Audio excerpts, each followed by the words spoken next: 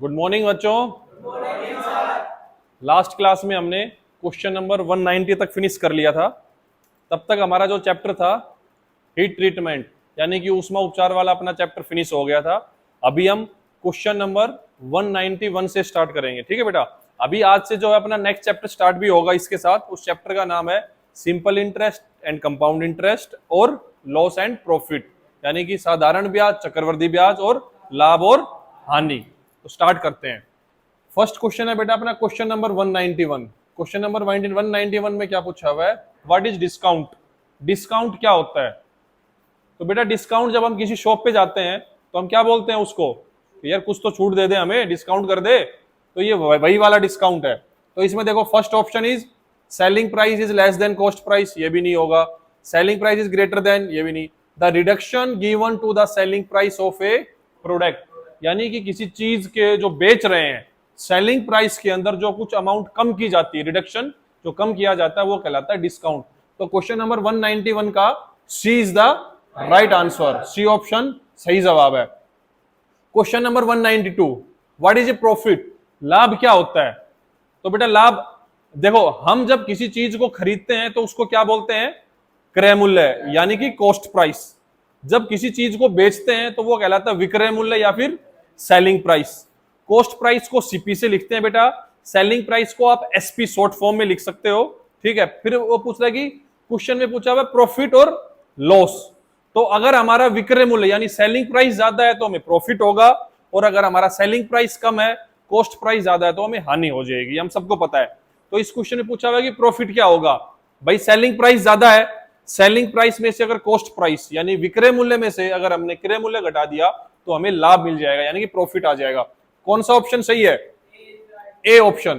तो question number 192 का ए is the right option, यानी कि ए ऑप्शन सही जवाब है बेटा। फिर चलते हैं नेक्स्ट क्वेश्चन 193 पे। ये पूछ रहा है जब किसी आइटम को परचेज किया जाता है, खरीदा जाता है, तो उसको कौन सा टर्म या कौन सा नाम दिया जाता है? क्या बोलते हैं उसको? अभी बताया था मैंने, कॉस्ट प्राइस। और जब तो क्वेश्चन नंबर 193 का B option is the right answer, यानी कि बी ऑप्शन जो है वो इसका सही जवाब है बेटा। फिर चलते हैं हम क्वेश्चन नंबर 194 पे। इसमें पूछा हुआ है expanded form of SP. SP मैंने बताया था किसकी शॉर्ट फॉर्म है? Selling price. सेलिंग प्राइस को हिंदी में क्या बोलते हैं बेटा? विक्रय मूल्य। तो इसका 194 का सी ऑप्शन, यानी कि सी इज द राइट आंसर। फिर चलते हैं बेटा क्वेश्चन नंबर 195 पे। इसमें पूछा हुआ है short form of profit and loss statement. लाभ और हानि को वैसे बताया था मैंने, कॉस्ट प्राइस को शॉर्ट फॉर्म क्या होती है बेटा? सीपी। सेलिंग प्राइस की, लाभ हानि की यानी कि लॉस एंड प्रॉफिट को शॉर्ट फॉर्म में कैसे लिखेंगे? P and L. तो कौन सा ऑप्शन, यानी कि ए ऑप्शन। क्वेश्चन नंबर 195 का A option is the right answer, यानी कि ए ऑप्शन सही जवाब है। चलते हैं बेटा क्वेश्चन नंबर 196 पे। 196 कराने से पहले बेटा मैं आपको एक दो जो इसके अंदर फार्मूले हैं उनको एक बार एक्सप्लेन करता हूं। I is equal to P गुना आर गुना एन बटे 100। आई बेटा यहां पे सिंपल इंटरेस्ट यानी कि ब्याज को बोल सकते हैं हम, जो ब्याज होता है। पी यहां पे मूलधन। मूलधन को इंग्लिश में क्या बोलते हैं बेटा? प्रिंसिपल। क्या बोलते हैं मूलधन को?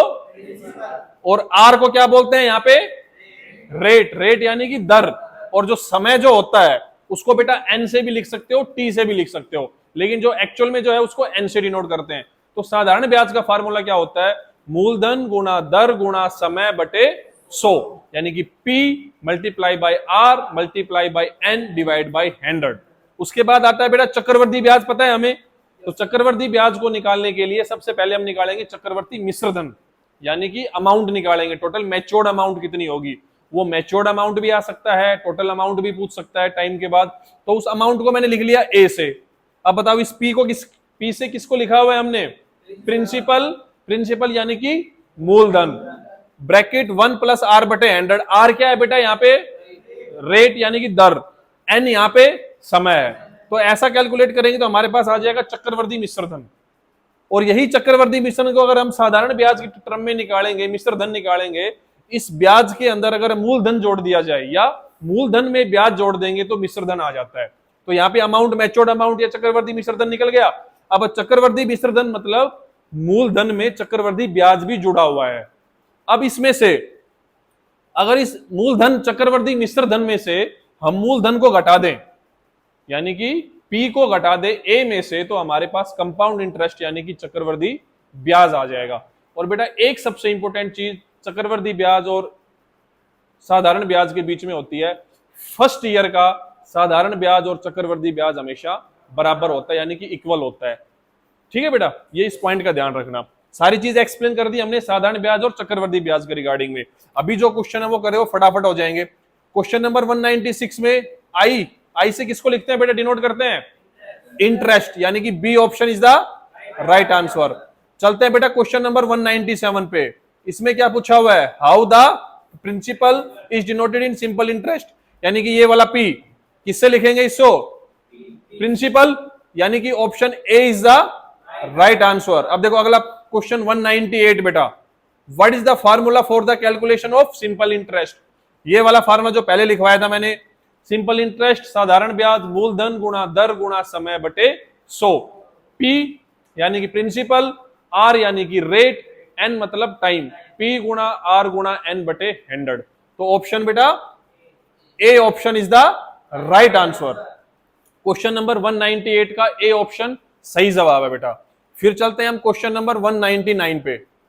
इसमें पूछा हुआ बेटा, अगर इफ कंपाउंडेड एनुअली तो कंपाउंड इंटरेस्ट का फार्मूला, तो पहले मैंने बताया चक्रवृद्धि मिश्र धन भी निकाल सकते हो, आप डायरेक्ट भी लिख सकते हो। तो देखो इसमें फार्मूला डायरेक्ट नहीं लिखा हुआ है, पहले चक्रवृद्धि मिश्र धन निकाला हुआ है, फिर कंपाउंड इंटरेस्ट का दिखाया हुआ है।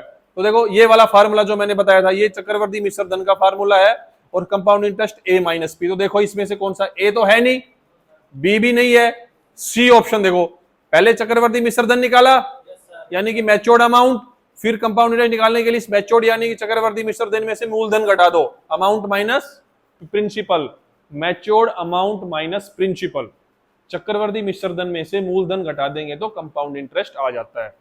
तो क्वेश्चन नंबर 199 का बेटा C option is the right answer, यानी कि सी ऑप्शन सही जवाब है। अब चलते हैं बेटा नेक्स्ट क्वेश्चन यानी कि 200 पे। देखो how the years is denoted in simple interest, यानी कि टाइम, ये वाला देखो टाइम किससे डिनोट कर रखा है हमने, एन से, तो यानी कि C option is the right answer. अब चलते हैं बेटा क्वेश्चन नंबर 201 में। देखो प्रॉफिट और loss, gain, profit and gain, यानी कि जो हमें फायदा होता है उसको किस चीज में एक्सप्रेस किया जाता है। पहला तो रुपीज का सिंबल है, दूसरा डॉलर का, दूसरा डॉलर, तीसरा परसेंटेज, चौथा स्टार है। तो सभी को पता है प्रॉफिट एंड लॉस परसेंटेज में होता है, डिनोट बेटा कितनी परसेंटेज प्रॉफिट हुआ। ठीक है, तो option number C, question number 201 का सी ऑप्शन सही जवाब है। अब चलते हैं बेटा क्वेश्चन नंबर 202 पे। देखो इन क्वेश्चन को सोल्व करने से पहले मैं आपको प्रॉफिट और लॉस के कुछ एक दो फार्मूलों से रूबरू करवा देता हूं। ये देखो बेटा, एसपी यानी कि सेलिंग प्राइस, सीपी यानी कि कॉस्ट प्राइस, सीपी, एसपी को लिख सकता हूं बेटा विक्रय मूल्य, सीपी क्रय मूल्य, पी से प्रॉफिट, एल से लॉस। बेटा मैंने ये कंबाइन करके लिख दिया है, ठीक है, यानी कि अगर जहां पे लाभ होगा तो लाभ आ जाएगा और हानि होगी तो हानि लिख देंगे। तो बेटा देखो विक्रय मूल्य किसके बराबर होता है, क्रय मूल्य ब्रैकेट 100 प्लस माइनस, यानी कि लाभ होगा तो प्लस कर देंगे, हानि होगा तो माइनस कर देंगे, बटे में 100। ठीक है, अगर प्रॉफिट और लॉस अगर हमें निकालना हो परसेंटेज में, तो बेटा दोनों हमेशा क्रय मूल्य के ऊपर निकाल देंगे। जितने मूल्य पे हम वस्तु को खरीदते हैं, कॉस्ट प्राइस के ऊपर प्रॉफिट और लॉस निकलता है बेटा हमेशा। ठीक है बेटा, तो अभी क्वेश्चन नंबर 202 से हम नेक्स्ट क्लास में सोल्व करेंगे बेटा। ठीक है, तब तक के लिए thank you, have a nice day.